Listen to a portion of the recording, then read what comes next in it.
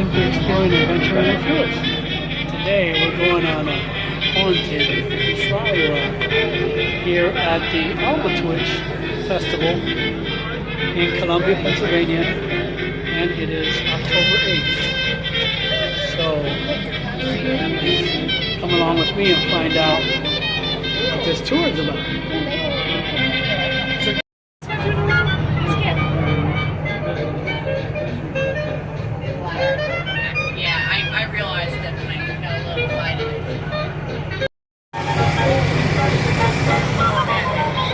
Act like I'm not even here.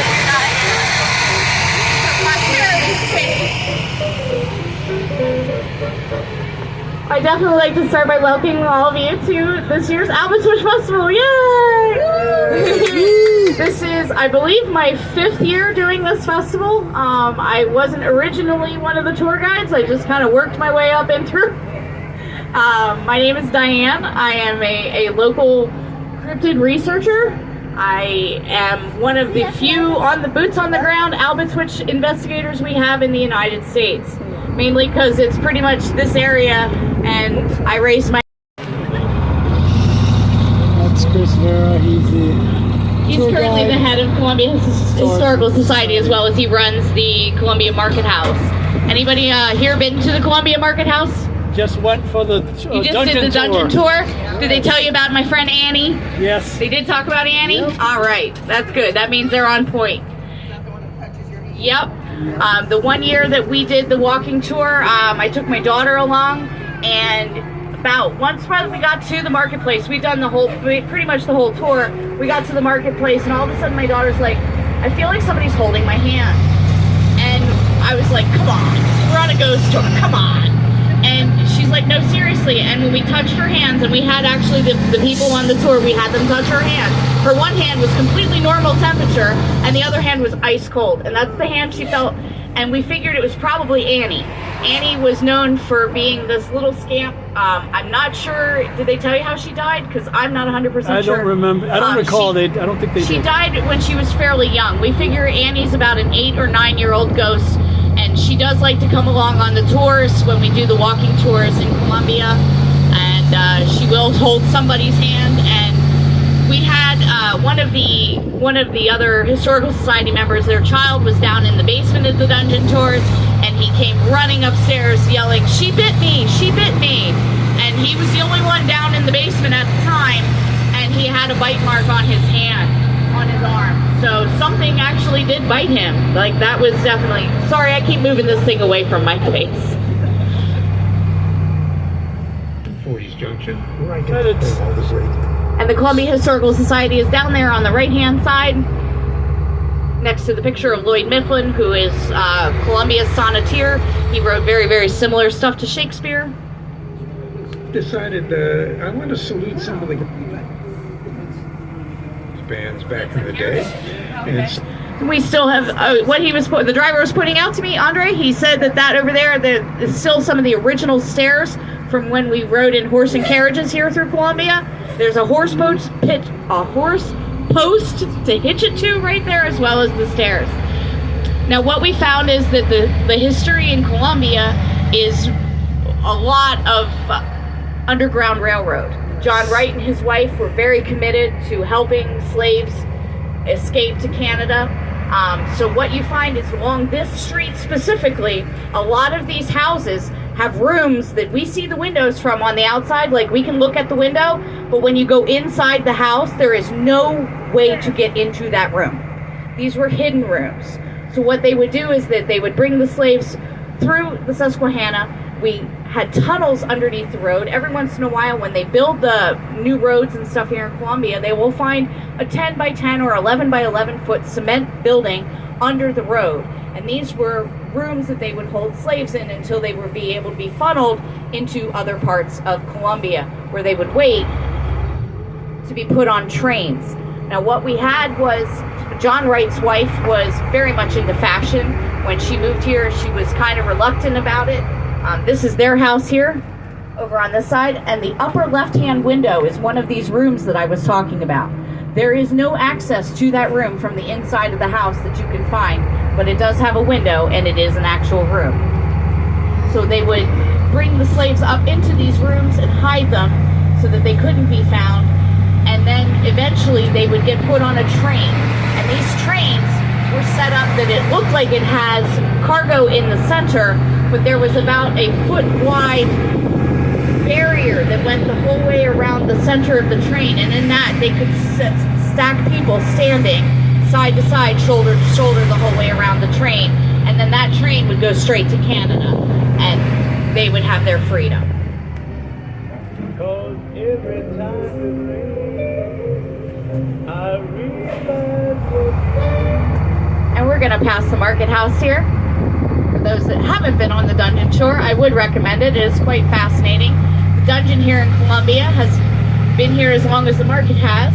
And at one point in the early 1900s, Columbia was known for having a lot of women of the night. And that's one winter it got very, very, very cold, and the women that were not able to have rooms that they could stay in, the mayor of Columbia allowed them to go down into the dungeon and rotate out. I believe the last woman said there were about 24 women that were allowed to stay in the basement of the market house. The Annie, the little girl we were talking about, her family owned the buildings on this side of the street, and it was a candy shop at the time. We are not sure quite how Annie died, but that's why she seems to be tethered to this specific area. If you're taking the tour, she will show up, if she's going to show up while the people are right around here. Where is she buried? Where is she buried at? I don't know. We're gonna take a look at a couple cemeteries here in. We're gonna talk about a couple cemeteries. We're gonna stop by one particular one. But we do have a really cool story about a guy who lived here in Columbia. He was a fur trapper, and he got rabies. He knew he got bit on the arm, and he knew he was going to die. And he sold all of his worldly possessions that he had, all the furs that he had, everything, because he knew the rabies, it wasn't going to be very long. And he spent the rest of his life, about a week and a half to 2 weeks, carving a piece of slate with an arm being bitten by a dog. So in the back of the one cemetery, you will find, it has no name on it, no dates on it, but just a picture of a dog biting on an arm. And that's the trapper who died of rabies. That's his memorial that he carved for himself.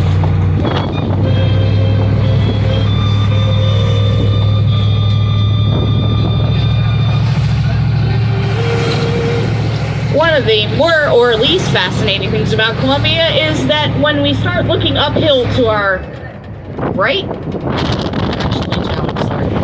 up here to our right, we understand that Columbia was built on top of a landfill. So the hill here is not an actual natural hill feature. It was the landfill that they came in and covered over and built houses upon.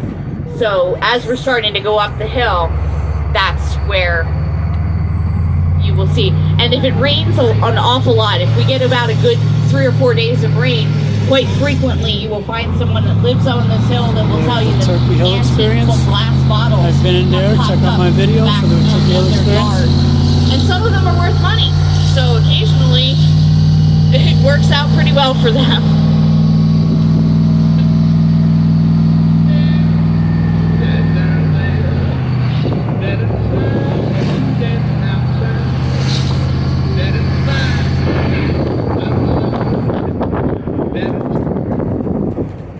One last historical thing before we start talking about my little buddy is that we have two of the cemeteries are pretty much back to back here in Columbia. We have Zion Hill Cemetery that's at the bottom, and right at the very back of Zion Hill Cemetery you're going to see a big wall, and up to the top of that is the Laurel Hill Cemetery. Technically, when it was first started, the African American Cemetery was down here at the bottom, and the Caucasian Cemetery was the one up on the top. Now, granted, we've moved past that. Anyone see the movie Glory? Yes. So you're familiar with the gentlemen that were African American that fought for the North in the Civil War. This cemetery was theirs, and we are in the process of rebuilding it and making it theirs again. So I'm gonna have to come to this cemetery quite frequently. There was a point where this cemetery no one even knew it was here. The grass had gotten so high, and that there was no way to have even seen any of the stones. What's really creepy about the cemetery is that where you see stones, there are no bodies. There's not a single body where there's a stone. If you look to the very back of the cemetery where you see the crosses, we brought in ground penetrating radar not too many years ago, and those are where the bodies are. What happened was when they built Route 30, and they came through here in the 70s, they actually built over the African American cemetery, and a lot of the stuff got tossed to the side as they were doing the construction process for Route 30. So there's a new group. They have a GoFundMe on the sign that they are in the process of trying to restore this cemetery to make it the monument that the gentleman who fought for the North deserved. But it is a beautiful cemetery. I do come here frequently with my ghost meter. Some of the words here are a little bit scary, especially the further back you get. Once you get back to where that tree's fallen in the back, it goes straight up. And straight up from that is where the Laurel Hill Cemetery starts. And if you've never been to Laurel Hill Cemetery, it's worth a shot to go up because it has the absolute most beautiful view of the Susquehanna and Columbia. Once you get up there and turn around, there's some benches on the line there, and you can sit there. I go up there and look out over. It is utterly beautiful. How do you get there from Susquehanna River? It's up the same road to get to the high school, Okay. but you got to turn into the cemetery. Okay. The sightings, as far as now what I'm dealing with, as far as being a cryptid researcher. Native American buildings. Got that. Over by that telephone pole there, when we did the ground penetrating radar and found where the bodies were, we also found this foundation for 2 Native American buildings. A longhouse that went kind of along that tree line right there, and right at the end of it was also a roundhouse.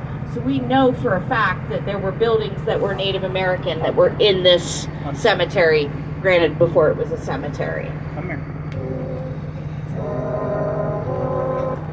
When we do this trolley tour at night, we don't get out here. We don't get out here for a lot of reasons, but we don't get out here at night because one of the times that we brought a trolley tour here, it was just about dark, and there were eyes in the back red eyes in the back staring back at us.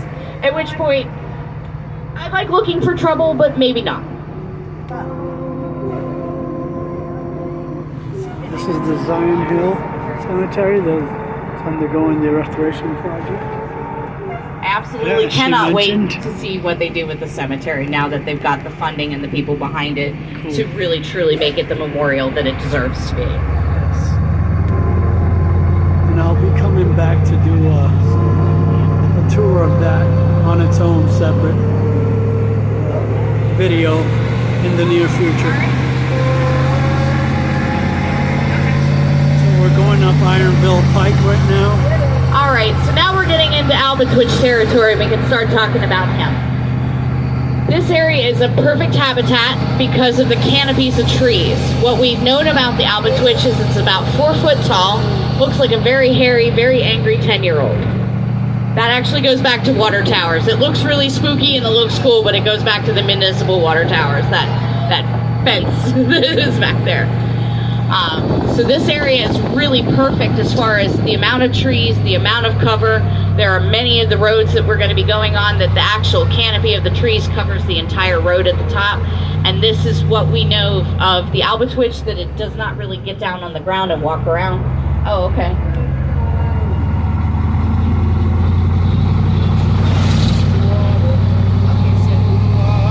He was just giving me some information for the way back down, because let me assure you, the way back down is going to be a lot different than the way up. I have not come face to face with an Albatwitch. The occurrences that I have had is where I sit is what's called a liminal space. When we talk about wanting to do research and we want to get involved with the Albatwitch or Bigfoot or any kind of cryptid creature, we talk about liminal spaces. And what a liminal space is, it's the space between our world and theirs, which is usually a forest line. A lot of times if you hear about a child having gone missing, they were picking berries. Where do berries grow? Right along the outside of the tree line. More on the residential side, but I got to go to the Bigfoot camping adventure a couple years ago. We had something in the woods walking alongside us the whole time. Super crazy. As far as my gifting site and what we do up on top of Chickies, I've had rocks thrown at me.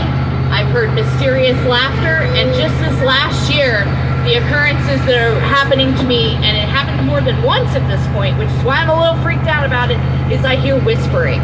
I hear whispering, and it sounds like there's something right next to me. I usually go up at night. I find that the activity during the day, it just, you hear some branches cracking and things like that, but it could very much be deer or some other animals up on top of Chickies. What I do notice about the top of Chickies is there's very, very minimal wildlife. You don't hear as many birds, you don't see squirrels. It's sort of a more barren situation than you would expect from being on top of a mountain.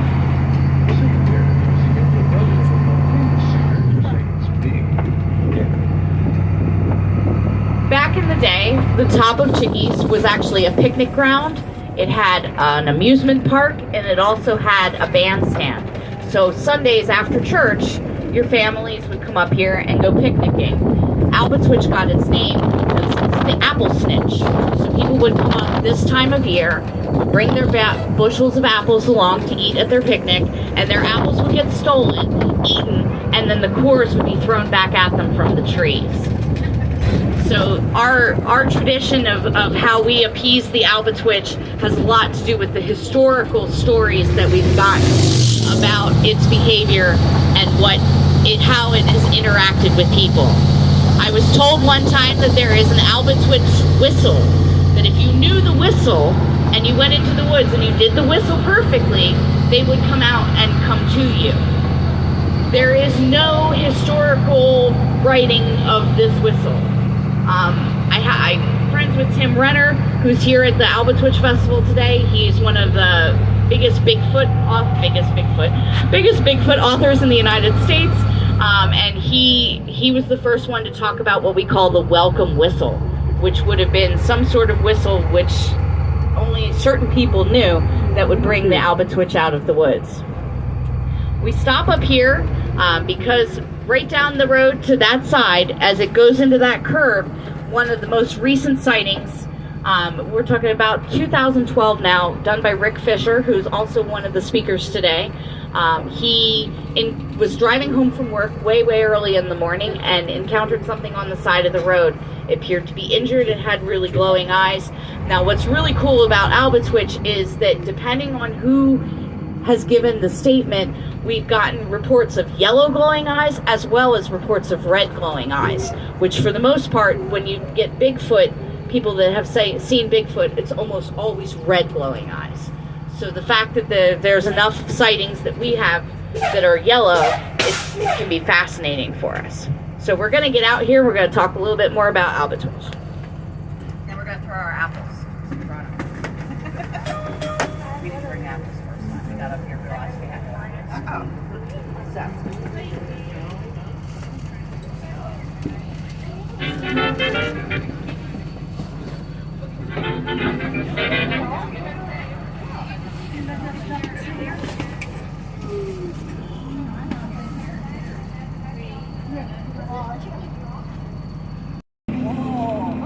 So she mentioned she's going to give us apples to feed to the Albatwitch.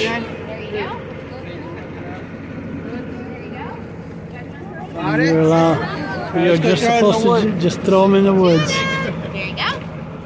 Apple for you. You got a tiny little apple. You want an apple? Sure. There you go. Thank you. So I have my apple. And I wasn't aware of this trail here, system here. So I'm going to have to come and do a hike soon. So it's the Clayton B. Shanks Trail. Goes either way, this way, down, both ways. So, and the trail heads down that way.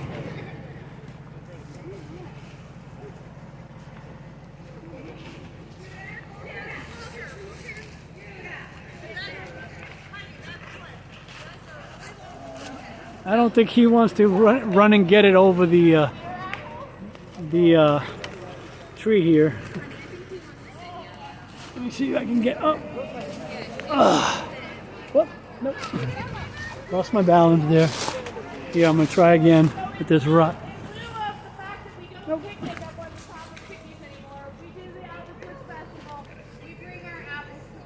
So here's my apple. Hopefully to repeat the Albatwitch. Oh, it's right there. I didn't overthrow it because I think he'd like to grab it from down one of the trees easier. And I don't want to, I think he doesn't want to have to get it from that embankment down there. And what they had on their shield was a tiny little monkey. Now we understand that at that period in time, there were no monkeys in North America. That was not something that anyone had seen. There's that. So from them using it on their war shields, we know that they saw something. Wow. And they wanted it to be big and There's our ride.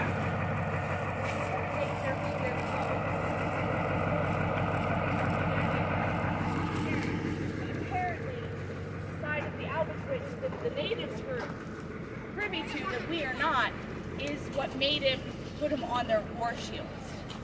So we and you can see the canopy from up here. These trees have been around here forever, and it's the perfect habitat. But then you have to decide which camp are you in. Do you believe that Albatwitch is a living creature? And if so, then we have to consider how much space does it need to live? How much food does it require to live? Where does it poop in the woods? These kind of things we have to think about. Then the other camp is going to say, well, maybe it's a paranormal creature. So then it doesn't really require housing or food, things like that. So depending on which camp you're in, I've had people on my tours that are from both different camps, and we look at it a little bit differently. But as far as if it is a natural creature, and it is something, I mean, if you're from Pennsylvania, you know we go from 100-degree heat to below zero very quickly in a year, especially in this month, and we would know that they would need some place to have as a habitat. What we have found is under this rock and all up in through here is tons of caves. So we are providing, if it is a living, breathing, flesh and blood creature, this environment would be relatively perfect for that. So we don't know. I'll let you guys decide that for yourself. But that trail that goes down on there, that come out of it. I believe so. This is the Chickies. Like if you come like about halfway up Chickies, there's a trail, like a parking area. I believe all of that's connected. This is where I sit when I'm up here on Chickies, and where my gifting site is over that direction from where we are here right now. Cool. So we're going back into the trolley. This is about a 45-minute tour round trip back to Columbia. Get in there first. Yeah. Thank you. That's fine. Shows that other people are interested in the same things too.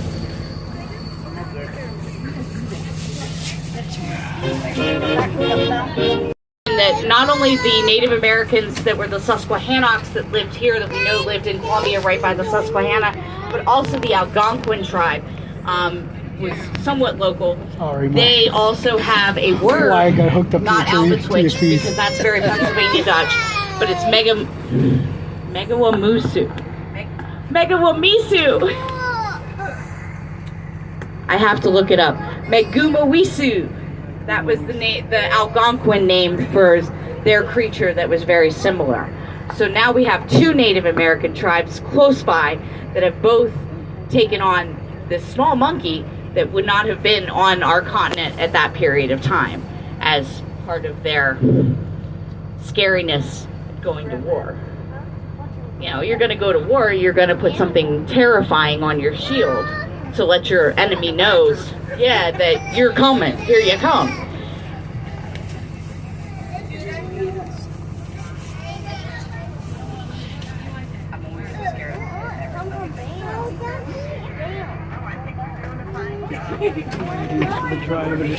Don't I forget stuff from here now? It'll be all right. Come back and get it next year. We won't know you forgot it. Yeah, there you go. That's very true. Yeah, we're in your mercy.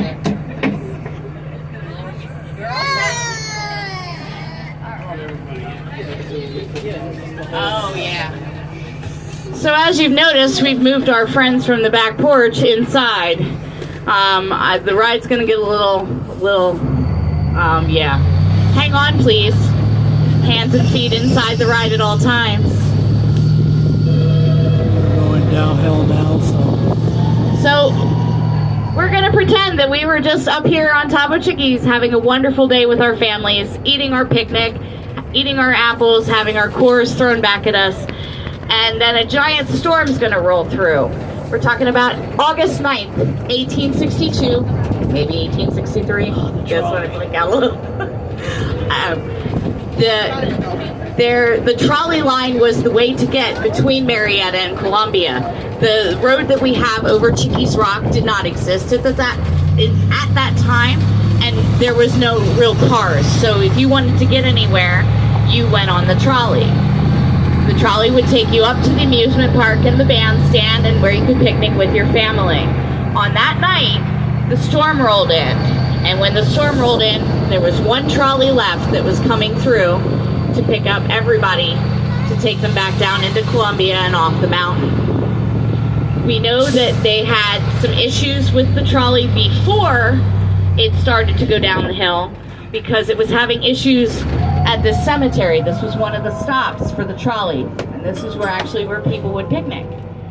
There were two women that wanted to get off of here, off the trolley at this location, and the trolley couldn't brake, and it went 150 feet ahead of where it was supposed to stop. At which point, it stopped and let the two women off. Thank goodness for that, for them anyway. And then the trolley continued. What we also had at the time, minus the fact that it's horrible weather, we're dealing with mud, we're all wet, we're all miserable, we've all had a great day, and now it's just over. There were potato bug issues on the trolley tracks. Little tiny potato bugs that were quite frequent to our crops, and they made it very, very difficult for the trolley to stay on the tracks.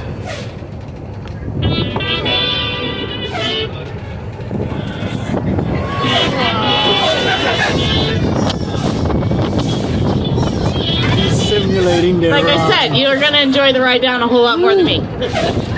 So as the trolley came down, we're talking there were about 80 people that all shoved on this train.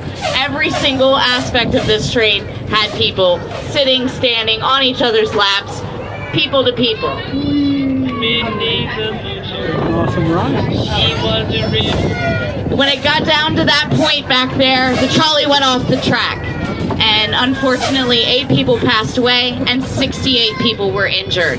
It was one of the worst trolley accidents in history. And now we're back to the cemetery, and we've all survived! Yay! And you guys are safe to move back out if you would like. We just... The cemetery that has the bike is in Columbia. The issue with the cemetery is that they moved it a couple times. Originally it was in town, then they moved it out, and when they moved everybody the first time, and then when they brought 30 through, then they didn't move them again. But that other cemetery, that stone's in one of the cemeteries. I don't know the name of that. I've seen it once, but... Is it close to CBS?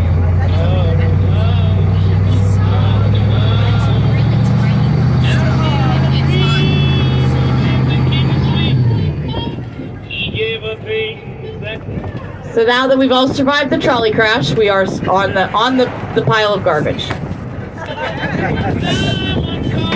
Which seems preferable now that we're not in the trolley crash. There's the Washington Cotton Museum. I've done a video there too. Check out my video there as well.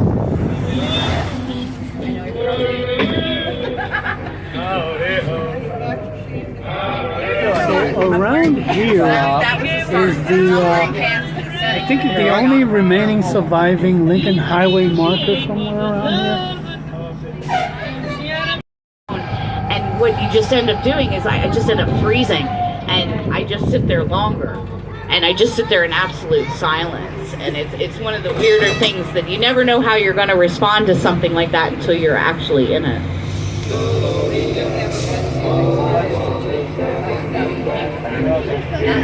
To our right is the Reading and Philadelphia passenger station. Sound of whispering sounds like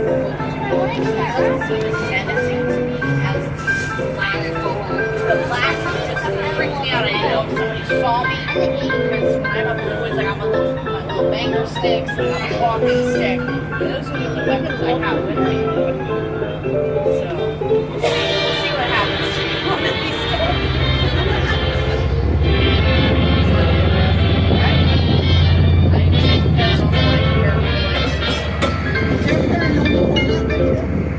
Columbia is stocked full of all sorts of paranormal stuff. Anytime you're dealing with trains, we've got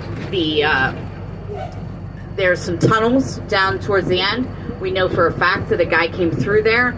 He told his family that he was at the bar drinking, and he said, "Oh my gosh, if I don't get home, my wife's gonna have my head."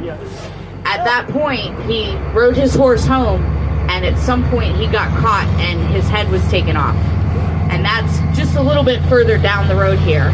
As well as one of the other sightings we have is that someone used to have a fence around their property to keep off the Native Americans from coming onto there and stealing their crops. And he got up in the middle of the night because he heard something on his property, went after them, and he actually forgot about his tripwire and went into the tripwire on the horse, and he also decided to remove his head. And on that note, welcome back everybody. Thanks for coming on the tour. Hope you had a good time. That was the trolley ride here at Albatwitch Day. I hope you had fun like I did coming on this, especially going down Ironville Pike there, down the hill. That was, I believe, the exact same route that the trolley used to come down here to, that served from Marietta to here to Columbia. As you heard her mention, and you can also find that story on unchartedlancaster.com. I'll post a link here for that as well, so you can find out more about that story as well. The potato bug that caused the that accident. So if you like cool things like this, consider like, sharing, subscribing, hit that notification to all so you won't miss anything like this. And I'm accepting donations on Cash Apps. So for now, until I build my subscriber base, to switch over to the other app, and just remember, go create your own adventure. So I see you at the next location. Goodbye.